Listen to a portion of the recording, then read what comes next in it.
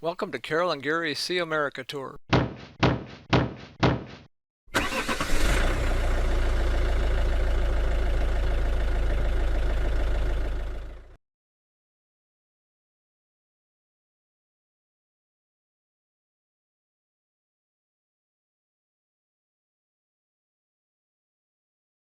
On Tuesday morning, September 11, 2001, the United States came under attack when four commercial airlines were hijacked by terrorists and used to strike targets on the ground.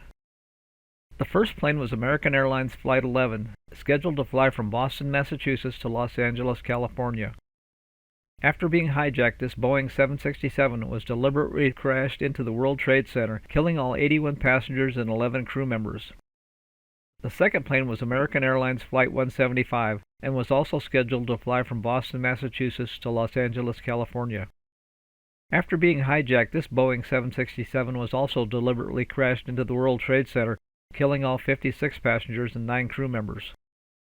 The third plane was American Airlines Flight 77 and was scheduled to fly from Washington, D.C. to Los Angeles, California. After being hijacked, this Boeing 757 was deliberately crashed into the Pentagon, killing all 58 passengers and 6 crew members. The fourth plane, United Airlines Flight 93, was scheduled to fly from Newark, New Jersey to San Francisco, California, with 37 passengers and 7 crew members aboard. United Airlines Flight 93 took off at 8:42 a.m. on September 11th. At 8:46 a.m., Flight 11 struck the North Tower of the World Trade Center. At 9:03 a.m., Flight 175 struck the South Tower of the World Trade Center.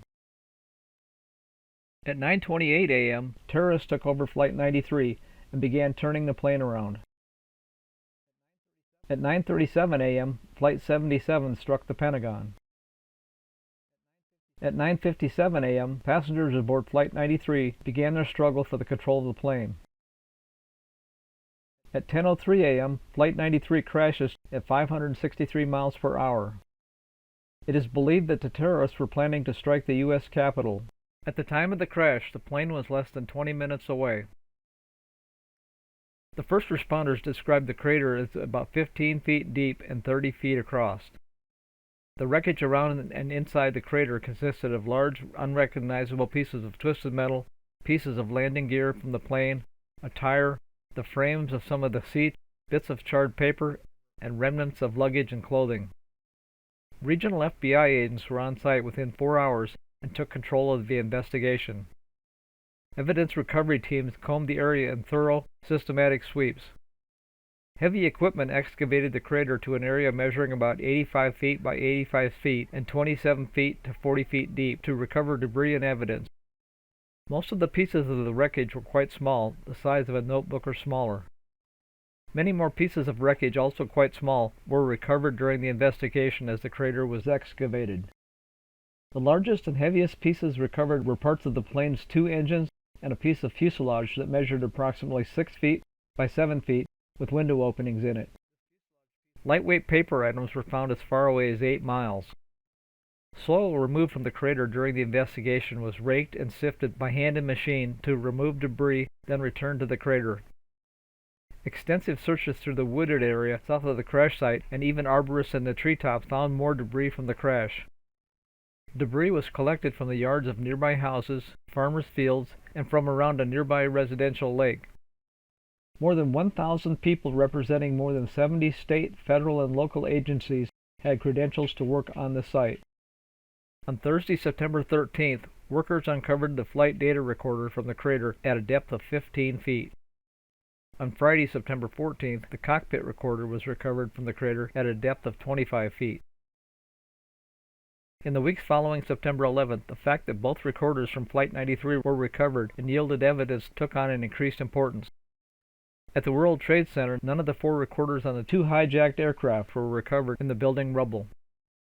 At the Pentagon, both boxes from Flight 77 were recovered, but the cockpit recorder was so badly damaged that they did not yield any usable information. The large body of investigators and the Pennsylvania State Police, who were securing the perimeter during the investigation, left the site on September 24, 2001, 13 days after the investigation began. The crater was backfilled between October 1st and October 3rd of 2001. A 6-inch layer of topsoil was spread over the backfilled crater area and seeded with grass and wildflowers. Here is the layout of the crash site today. The plane flew from the upper right corner of this picture. The entire crash area has been blocked off.